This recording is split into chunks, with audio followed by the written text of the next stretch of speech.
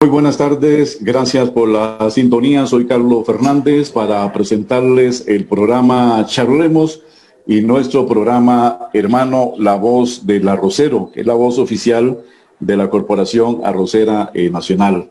Estamos en este martes 4 de mayo de 2021. Hoy vamos a desarrollar un tema que tiene enfrentado el sector productivo con los ambientalistas a raíz del llamado acuerdo de Escazú, que en los próximos minutos vamos a explicar de qué se trata. Realmente el rechazo es generalizado hacia un tratado internacional como el que ha provocado el acuerdo de Escazú, que está en el proyecto de ley en la Asamblea Legislativa con el número 21.245.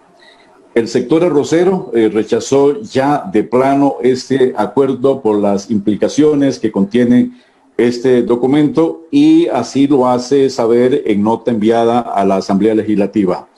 Conarroz está de acuerdo en promover prácticas ambientales saludables y bien proporcionadas. Sin embargo, ese acuerdo regional, que ni tan siquiera fue consultado, en grave daño al sector productivo y a la economía.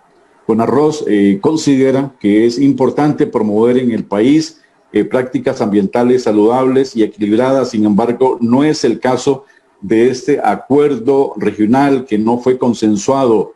Afecta a los diferentes sectores productivos en zonas rurales en particular.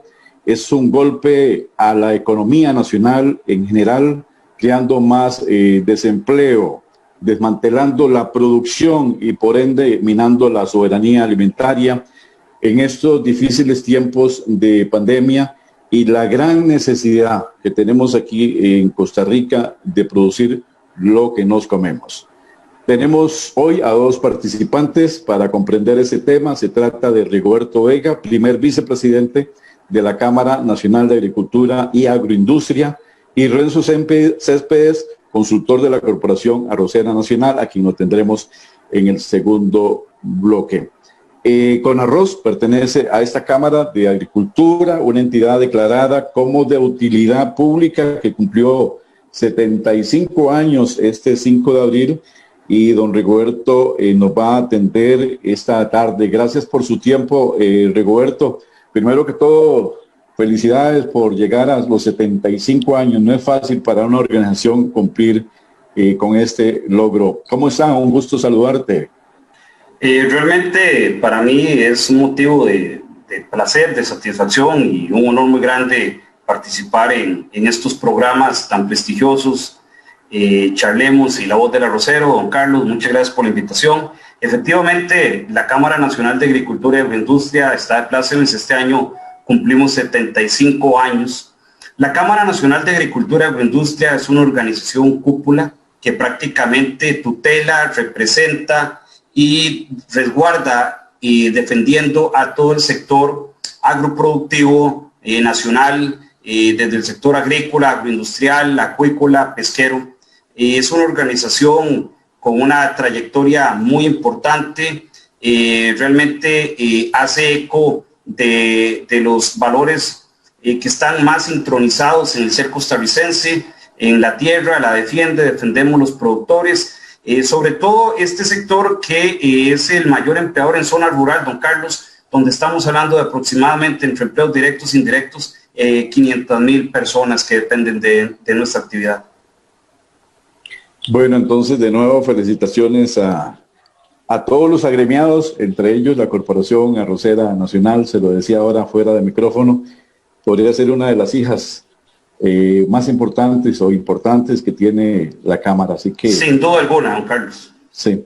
Muy bien, bueno, vamos entonces al grano. Rigoberto, ya dijimos en nuestra introducción de las implicaciones que puede tener si se firma este acuerdo de Escazú, que es un acuerdo regional, y yo creo que están haciendo muerta la criatura, porque ni Chile está apoyando este acuerdo. Explíquenos los aspectos en que se deja en total indefensión a nuestros productores. Muchísimas gracias, don Carlos, y de nuevo pues un saludo a todos los radioescuchas y a quienes tienen también la gentileza de vernos por el ciberespacio. El Acuerdo de Escazú es el acuerdo regional sobre el acceso a la información, la participación pública y el acceso a la justicia en asuntos administrativos en América Latina y el Caribe. Fue firmado en el 2018 y, como usted bien dijo, en nuestro país se tramita bajo el expediente 21.245. Lo primero que tenemos que decir, don Carlos y radioescuchas y quienes nos ven también por el ciberespacio, es que el artículo 8.3, literal D, puede significar la paralización de la inversión o de la producción de nuestras empresas al obligar al Estado costarricense a otorgar al denunciante medidas cautelares o provisionales que supondrían precisamente esa detención de la producción. Está en términos demasiado abiertos.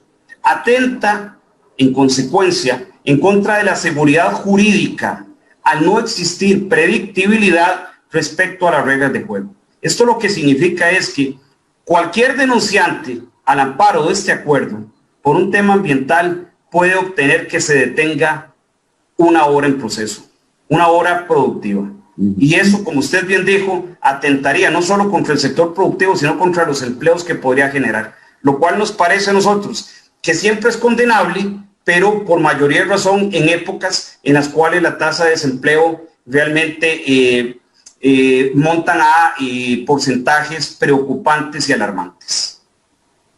En segundo lugar, debemos mencionar que uno de los principios fundamentales para evitar la arbitrariedad y la erradicación del subjetivismo es el principio de razonabilidad técnica para los entes y órganos administrativos. Esto significa, al amparo de los artículos 16 y 160 de la Ley General de la Administración Pública, que siempre se deben respetar las reglas de la lógica, de la ciencia y de la técnica. El artículo 7 del Acuerdo de Escazú, que reitero es el acuerdo regional sobre el acceso a la información, la participación pública y el acceso a la justicia en asuntos ambientales en América Latina y el Caribe, atenta precisamente en contra de la razonabilidad técnica, toda vez que al incluir una participación abierta e inclusiva en los procesos de la toma de decisiones, podría dar lugar a que se tomen valoraciones políticas o ideológicas, digámoslo claramente, de ONGs ambientalistas radicales y que necesariamente deban ser consideradas, reitero, a contrapelo de la ciencia y de la técnica. En Costa Rica, hay que mencionarlo porque realmente es así, existe una profunda y profusa legislación que viene dimanante del artículo 50 de la Constitución Política en resguardo del ambiente. Estamos hablando en concreto, entre otras, de la Ley Orgánica del Ambiente, de la Ley Forestal, de la Ley de Biodiversidad y de la misma Ley General de la Administración Pública. En la Cámara Nacional de Agricultura y Agroindustria jamás vamos a abogar por la desaplicación de esa legislación, ni vamos a defender a infractores del bloque de legalidad. Lo que queremos es que haya un justo equilibrio, que sean balanceadas las posiciones. Y esto lo digo porque uno de los aspectos más críticos de este acuerdo regional, conocido como Acuerdo de Escazú, es que fue prácticamente elaborado por ambientalistas de forma inconsulta con el sector productivo. Y ya no hablo solo del sector que representamos en la Cámara Nacional de Agricultura y Agroindustria, sino de todo el sector productivo privado. No se tomaron en cuenta a quienes brindan la mayor cantidad de empleos, a quienes dan bienestar, a quienes reparten y generan riqueza. Y es que equilibrar, don Carlos, las exigencias del desarrollo económico con el derecho a un ambiente sano y ecológicamente equilibrado, es decir, lo que se llama como desarrollo sostenible, es una exigencia también de nuestro ordenamiento jurídico, según lo dijo la Sala Constitucional, en un voto de principios que es el número 4323-93. La Sala Constitucional, me parece a mí que de una manera muy acertada, desarrolla la tesis de que aspirar a una vida mejor, incrementando la capacidad de producción o ampliando las posibilidades de llegar a un progreso equitativo, debe estar en armonía con el derecho a un ambiente sano y ecológicamente equilibrado. Es decir, hay que ponderar los dos. Esto significa que tiene que haber balance. Pero como vimos, este acuerdo regional, conocido como Acuerdo de Escazú, además de desequilibrado y desbalanceado, pone trabas a la producción. Y en estos momentos, creemos nosotros, de una pandemia mundial que tanto nos golpea en lo económico y hasta en lo espiritual, en la salud pública, los órganos públicos, llámese tanto el Poder Ejecutivo como la Asamblea Legislativa, deberían estar abocados, en lugar de impulsar este tipo de iniciativas, en la reactivación económica y, por supuesto, en temas de salud pública. Creemos nosotros que, a pesar de que este es un acuerdo, como reiteramos, que atenta contra la producción nacional, este es el peor momento para comenzar a impulsarlo. Ponerle trabas a la producción nacional, poner en situación grave de paralización a la inversión o producción de nuestras empresas, al amparo de lo que dijimos, resulta prácticamente en un despropósito en estos momentos, don Carlos. Nos parece que las prioridades tienen que ir por otro lado, y por eso es que en la Cámara Nacional de Agricultura y Agroindustria nos manifestamos, al igual que otras cámaras, en contra de este acuerdo. No se trata, como he escuchado a algunos defensores del acuerdo, debo decirlo de forma francamente soberbia, que somos analfabetas en materia ambiental. No se trata de eso. Se trata que nosotros defendemos la producción y hay que buscar el equilibrio, hay que buscar el justo medio aristotélico. Hay que garantizar la comida que nos nutre, hay que también garantizar la fuente de empleo y hay que garantizar el bienestar a la población, don Carlos. Estamos analizando esta tarde aquí en el programa La Voz de Arrocero el acuerdo Escazú, un polémico acuerdo que ha despertado roncha en estos sectores productivos. Estamos por eso esta tarde recibiendo a Rigoberto Vega, primer vicepresidente de la Cámara Nacional de Agricultura y Agroindustria.